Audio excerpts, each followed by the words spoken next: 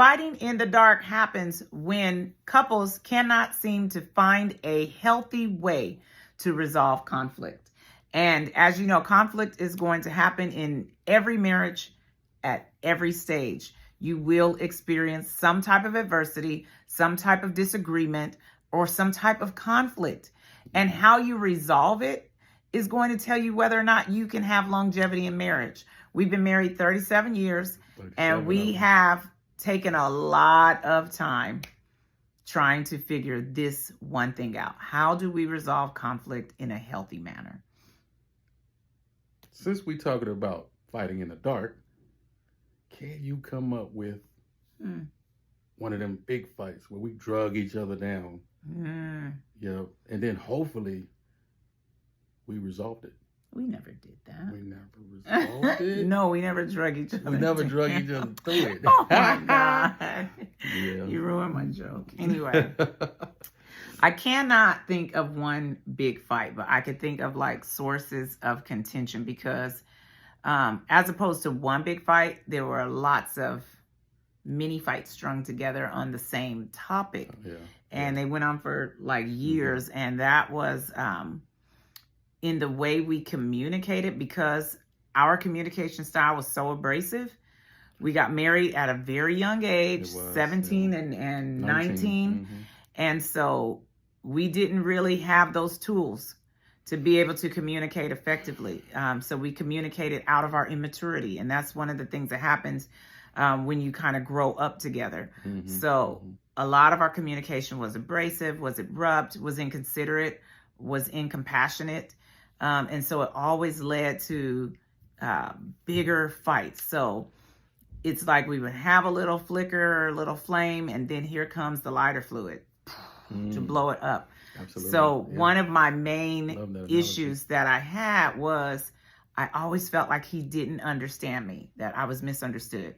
You didn't get that. That's not what I was trying to say. That's not what I was communicating.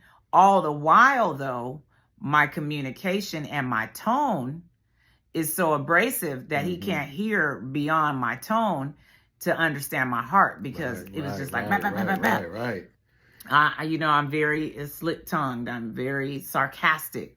And so using sarcasm and a quick clap back in your communication with your spouse really defeats the purpose of and does not help at all to resolve conflict. It usually makes the conflict much worse.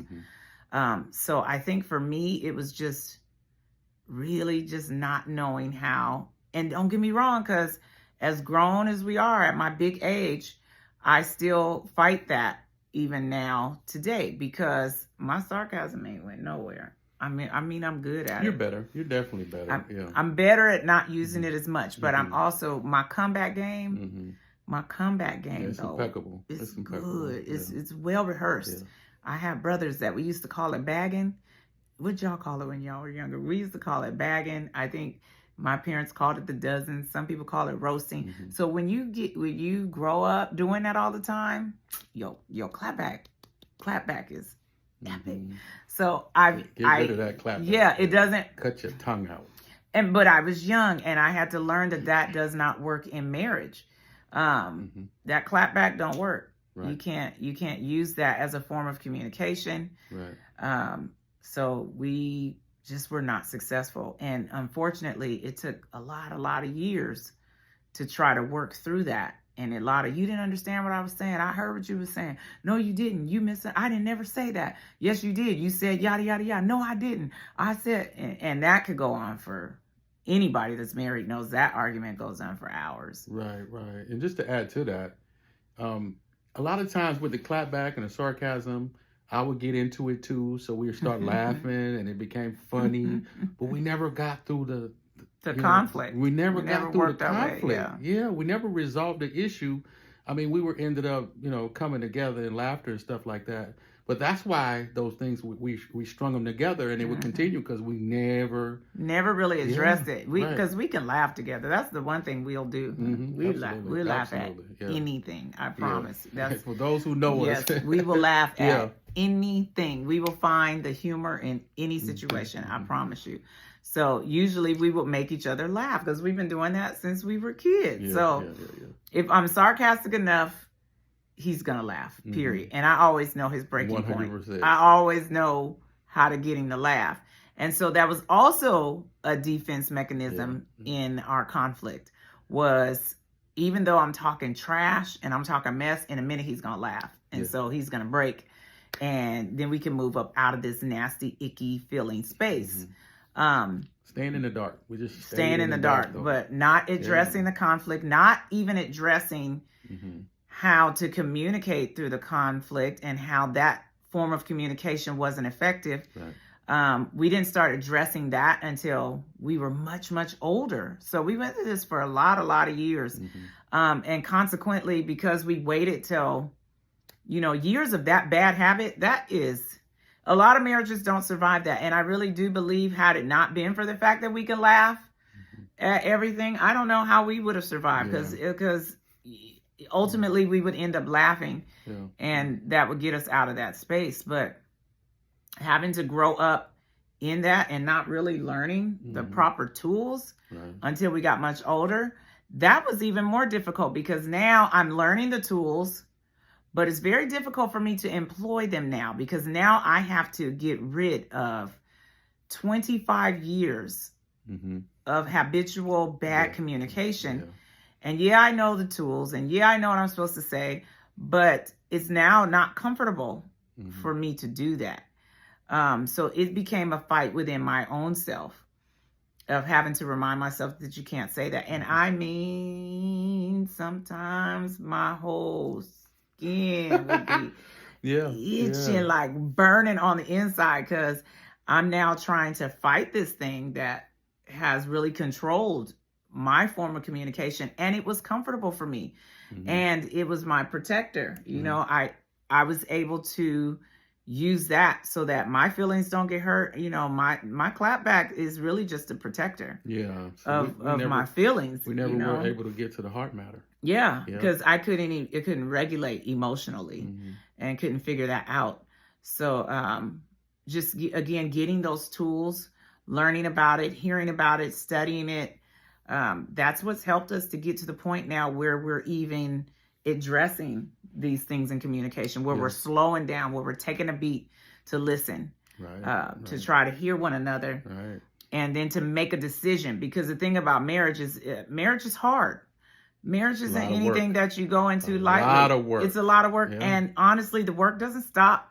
That doesn't stop because you've been married 20, 25, 30, 35 years. We're still working at this communication even today.